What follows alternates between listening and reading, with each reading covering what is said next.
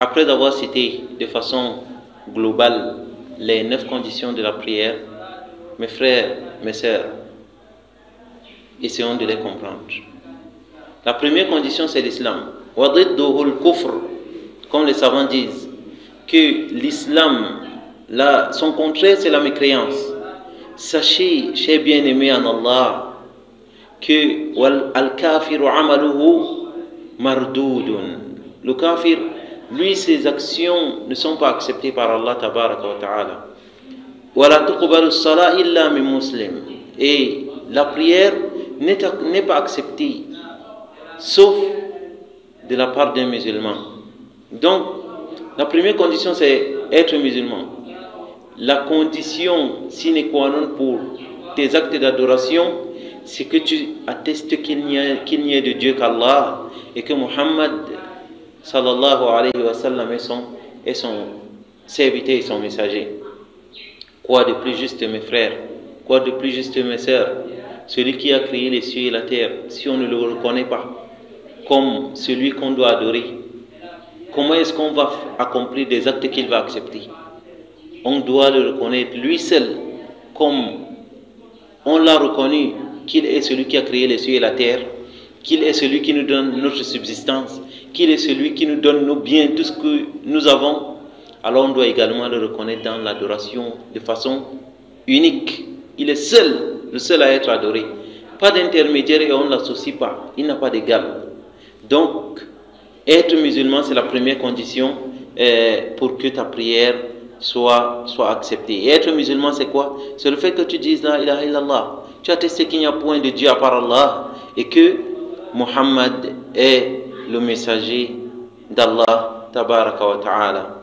Et si tu veux une preuve du Coran, écoute ce verset où Allah tabaraka wa ta'ala dit وَمَنْ يَبْتَغِي غَيْرَ الْإِسْلَامِ دِينًا فَلَنْ يُقْبَلَ مِنْهُ وَهُوَ فِي الْآخِرَةِ مِنَ الْخَاسِرِينَ. Tu connaissais ce verset, n'est-ce pas?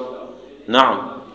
Allah tabaraka wa ta'ala dit, et quiconque, n'est-ce pas, va prendre une autre religion que l'islam, alors il ne sera pas accepté de lui. Et dans l'au-delà, il sera du nombre des perdants. Qu'Allah tabaraka wa ta'ala nous en préserve. De l'égarement, mes frères, de l'égarement, mes sœurs. La deuxième condition, c'est quoi? Al-aqlu, avoir la raison. Wa didduhu al-junun. La deuxième condition, c'est avoir la raison. Son contraire, comme le dit, n'est-ce pas, les savants, c'est la folie. La folie. Quelqu'un qui n'est pas, n'est-ce pas, sa raison. Quelqu'un qui n'est pas normal. Et c'est naturel, c'est normal, mes frères, que celui-là qui n'est pas normal, il n'est pas responsable. Il n'est pas responsable de ses actes. Serviteur d'Allah. La religion de l'islam, c'est cette religion-là qui vient, n'est-ce pas, être une religion de justice.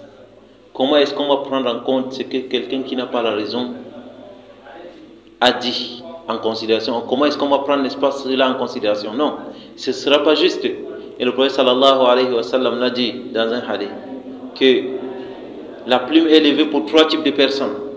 Rufi al-qalam an thalatha. La plume est levée pour 3 personnes. An-na'im hatta yastayqid. Le dormeur jusqu'à ce qu'il se réveille. Al-junun hatta yafiq. Celui-là qui est atteint de folie jusqu'à ce qu'il va retrouver sa mémoire. Et as-saghir hatta yablugh. Et l'enfant jusqu'à ce qu'il va atteindre sa maturité. Donc, la condition de la raison, il faut, n'est-ce pas, qu'on soit normal pour dire qu'on va accomplir la prière. La troisième condition, c'est at-tamyiz. Avoir l'âge, c'est ce dont on disait la distinction. La troisième condition, c'est la distinction. La distinction, c'est-à-dire l'âge. Le prophète sallallahu alayhi wa sallam a dit, ordonnez à vos enfants la prière lorsqu'ils ont l'âge de 7 ans. À 10 ans, s'ils ne l'accomplissent pas, frappez-les et séparez-les de lui. Quelle éducation, serviteur d'Allah! Quelle bonne éducation! Le meilleur des hommes qui est en train d'éduquer la communauté, l'humanité. Donc, la première condition, on l'a dit, c'est l'islam. La deuxième, c'est avoir la raison. Et la troisième, c'est la distinction, avoir l'âge de la prière. Cependant, un enfant qui a moins de 7 ans, est-ce que sa prière, on doit lui entraîner à la prière? Naam. Nos enfants de nos jours, avant 7 ans, ils sont déjà tellement éveillés. Et si on ne les apprend pas, avant cet âge-là, quand est-ce qu'ils vont accomplir la prière, mes frères? Nous avons l'habitude d'encourager nos enfants dans des choses du monde, des choses, n'est-ce pas, qui n'ont pas tellement de valeur, et on les fait même des cadeaux. Pourquoi est-ce qu'on ne va pas les encourager à prier et à les donner des cadeaux? Même avant l'âge de 7 ans, un enfant peut prier et Allah Tabaraka wa Ta'ala est celui qui récompense. Et il peut récompenser, n'est-ce pas, ce garçon, et il peut récompenser également les parents. Allons-y à la quatrième condition qui est Rafa'ul Hadathi, enlever l'impureté. C'est l'ablution, mes frères. Quand vous entendez parler de Rafa'ul Hadathi, ça veut dire accomplir les ablutions. Et nous aurons l'occasion ici de détailler, n'est-ce pas, l'ablution, Inch'Allah Tabaraka wa Ta'ala. La cinquième condition, c'est quoi? Izalatun najasa, enlever la saleté. La saleté, on enlève la saleté sur 3 choses, comme les savants l'ont dit. On enlève la saleté sur notre corps, sur nos vêtements et sur le lieu de la prière. Où sont ces gens-là qui viennent prier, n'est-ce pas, avec des impurités sur leur corps? Ils disent que leur Seigneur ne voit pas les actes. Votre Seigneur voit certes les cœurs, mais est-ce que vous auriez aimé être invité par le plus grand roi de la terre et que vous vous présentiez devant lui avec de façon délabrée, mal vêtu, mal coiffé? C'est pas juste, n'est-ce pas, serviteur d'Allah? Alors, il faut qu'on prenne soin de nous. Lorsqu'on est en train d'accomplir la meilleure action sur la terre, c'est la prière. Pourquoi est-ce qu'on ne va pas nous vêtir de la meilleure des façons? Comment est-ce qu'on ne va pas prendre soin de nous?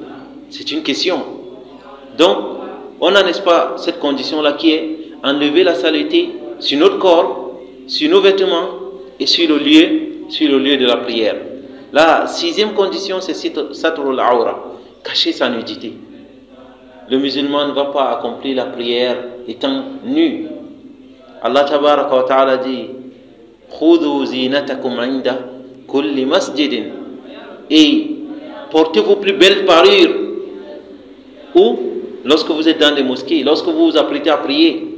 Pourquoi est-ce qu'on ne va pas porter nos vêtements? On voit des gens, des garçons qui prient et que leur dos est dehors. C'est pas juste, mes frères.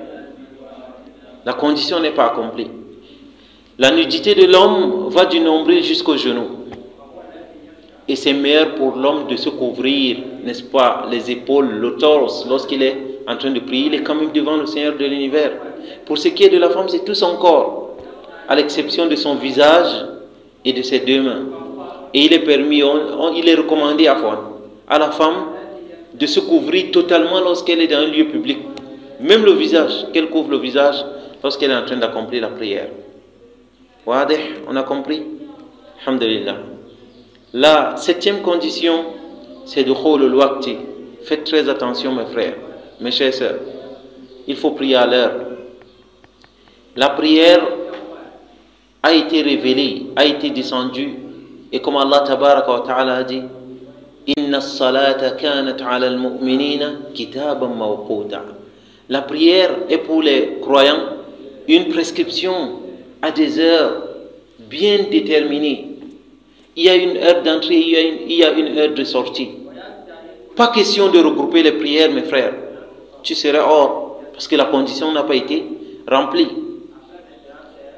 À l'époque du prophète sallallahu alayhi wa sallam, Jibril alayhi salam avait l'habitude, pour ce qui est de la prière de Dhuhr, la première fois il vient au début, à l'entrée de l'heure de la prière de Dhuhr.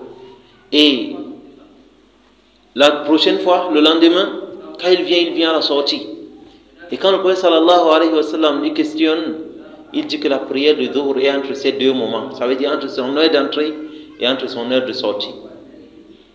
Et l'heure d'entrée de la prière de Dhuhr, c'est quand? C'est lorsque le soleil, n'est-ce pas, a traversé juste un peu, n'est-ce pas, le milieu de l'horizon. Donc, et la fin de la prière de Dhuhr, c'est lorsque la prière de Asr entre. La prière de Asr entre à quel moment?